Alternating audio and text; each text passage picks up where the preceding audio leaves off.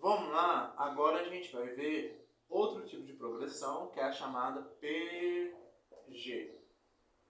Progressão geométrica. Qual que é a característica dela? Vamos ver?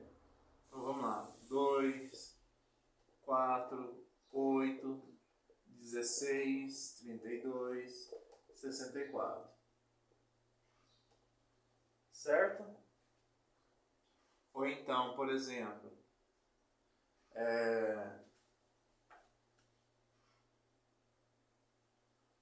12, 6, 3, 3 sobre 2,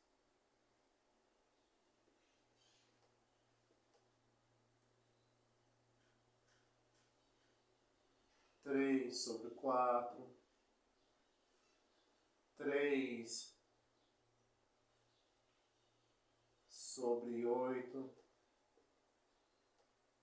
Aqui foi estranho, mas daqui a pouco eu explico por quê. Ou podemos ter esse outro tipo de PG, por exemplo. 8, 16,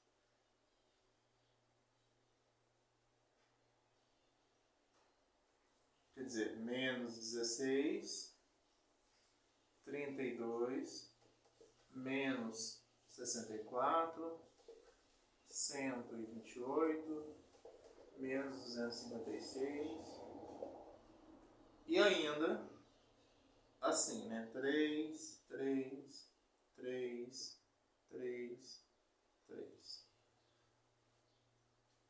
Nossa, olhando assim, bagunçou todo o meu cérebro, né? O que é essa tal dessa PG? Progressão aritmética, a gente está somando sempre ou subtraindo sempre o mesmo valor, um valor constante.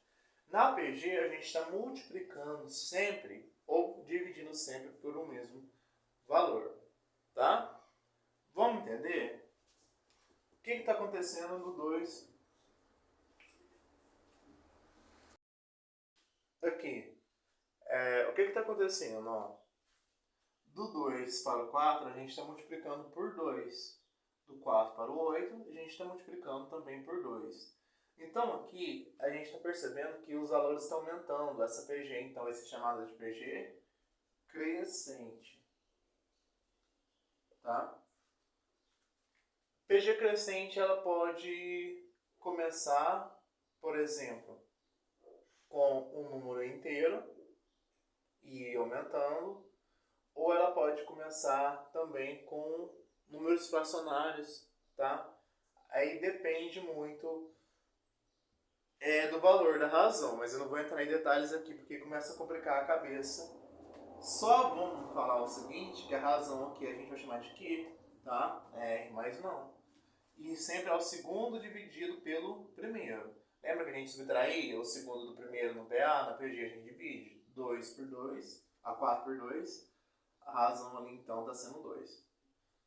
Agora, olha essa de baixo. Nossa, que bagunça. O que é isso?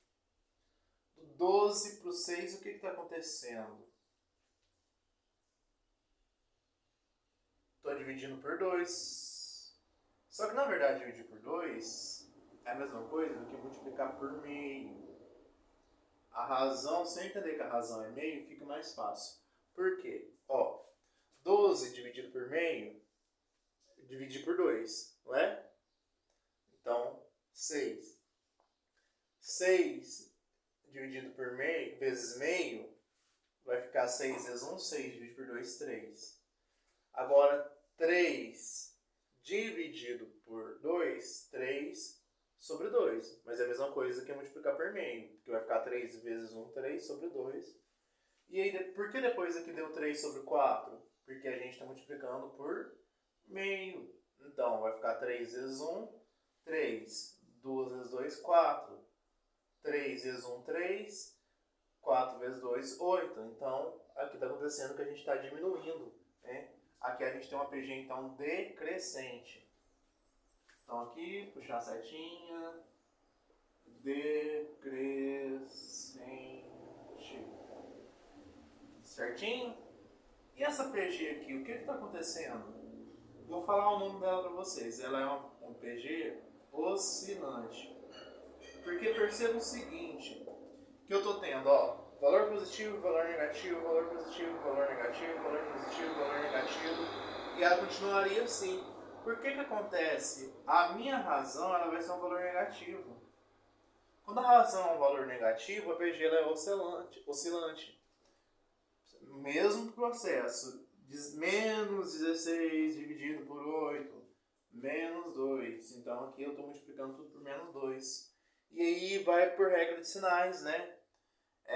8 vezes menos 2, menos 16. Só que menos 16 vezes menos 2 vai ficar menos vezes menos, dá mais 52. Aqui vai ficar negativo, vai intercalando assim. E essa aqui também é um PG constante. Igual poderíamos falar que era uma PA de razão 0, lembra? Ou uma PG de razão 1, porque estou multiplicando por 1, não estou alterando o resultado, né? Então temos essas características aí da PG. Como passei para vocês, na PA também tem a fórmula do termo geral. Para o termo geral, a gente já conhece, né, os elementos. Vai ser o seguinte, o termo geral vai ser AN é igual a A1, que multiplica Q, que é a razão, só que essa razão está elevada a N menos 1. Então aqui, se eu precisar calcular essa parte de cima, ou seja, a quantidade de elementos de uma PG, eu já tenho que ter um jogo algébrico aí, que eu tenho que trabalhar com funções exponenciais. Fica um pouco mais complicado, mas o restante é tranquilo de fazer.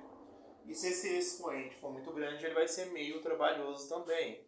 Só que provavelmente se cair um PG com uma quantidade de elementos muito grande, a questão vai te dar isso daqui tudo, tá? Quanto que vai valer.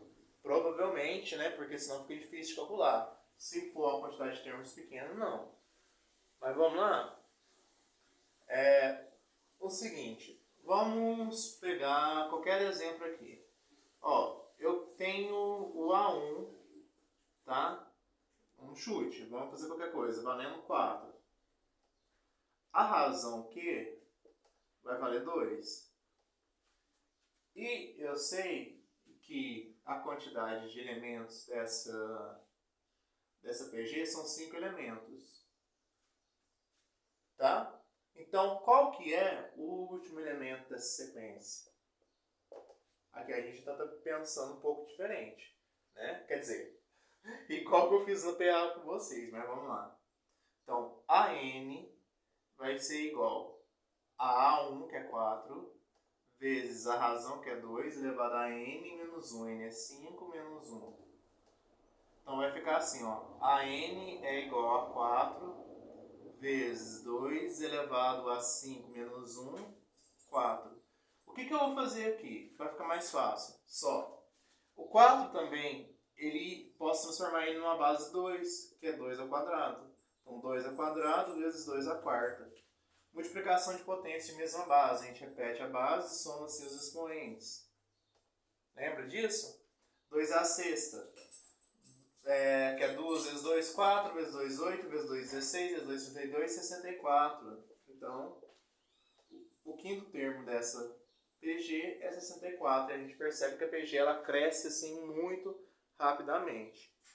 Tem também a fórmula da soma de termos de uma PG, que eu já vou passar para vocês aqui rapidinho. Aqui é a fórmula, gente, para calcular a soma dos termos de uma PG finita, tá? É uma formulazinha meio complicada, tá? O que eu vou fazer? Aqui, a soma dos termos vai ser o A1 que multiplica a razão elevada ao número de termos, tá? E eu vou subtrair o 1 dessa razão elevada ao número de termos, tá? Eu não estou subtraindo o 1 do N aqui não. E vou dividir pela razão menos 1. É um pouquinho mais complexa de fazer esse cálculo, mas pode ser que seja cobrado para PG finita, tem para PG infinita também, só que aí eu não vou passar essa forma para vocês, que é bastante difícil de ser cobrado.